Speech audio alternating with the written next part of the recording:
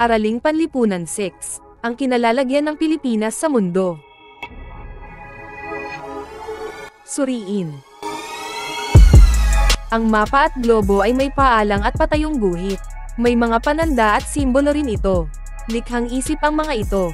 Ang mga guhit at pananda o simbolo nito ay may kahulugan. Sa gitna ng globo ay may paalang na guhit. Ito ang naghahati sa globo sa dalawang magkasinlaking bahagi. Ang bahaging nasa gawing itaas ng globo ay tinatawag na hilagang hating globo.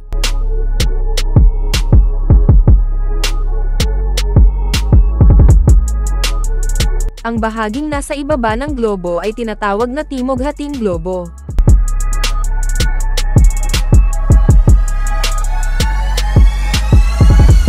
Tingnan mo ang prime meridian. Ito ay patayong guhit meridian na may 0 degree.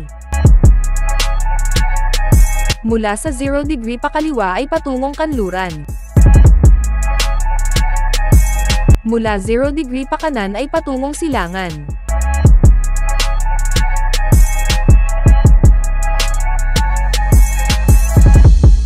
Basahin at pansinin mo ang Ecuador. Ito ang paalang na guhit na may 0 degree. Mula sa Ecuador patungo sa Polong Hilaga ay ang hilagang hating globo.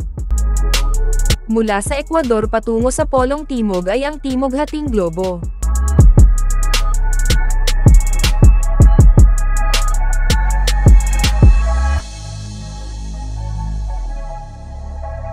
Degree. Ang ginagamit sa pagsukat ng layo ng isang lugar sa Ecuador. Ang Ecuador ay nasa 0 degree. Ang mga bilang ng guhit latitude ay 0 degree mula sa Ecuador hanggang 70 degree patungong Polong Hilaga o Polong Timog.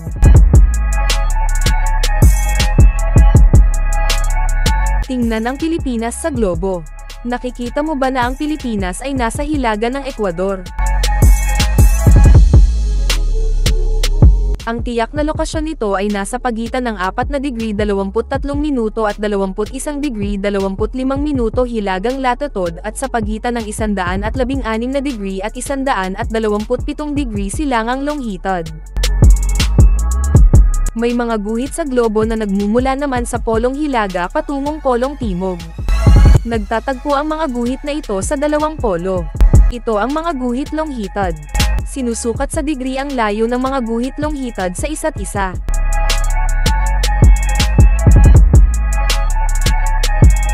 Ang longitude na may 0 degree ay tinatawag na prime meridian.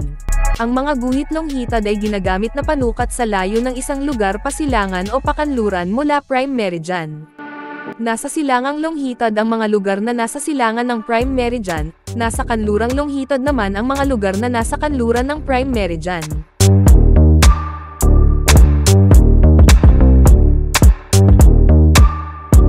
Ang grid ay nabubuo kung pagsasamahin ang mga guhit latitude at guhit longitude sa mapa ng mundo o globo.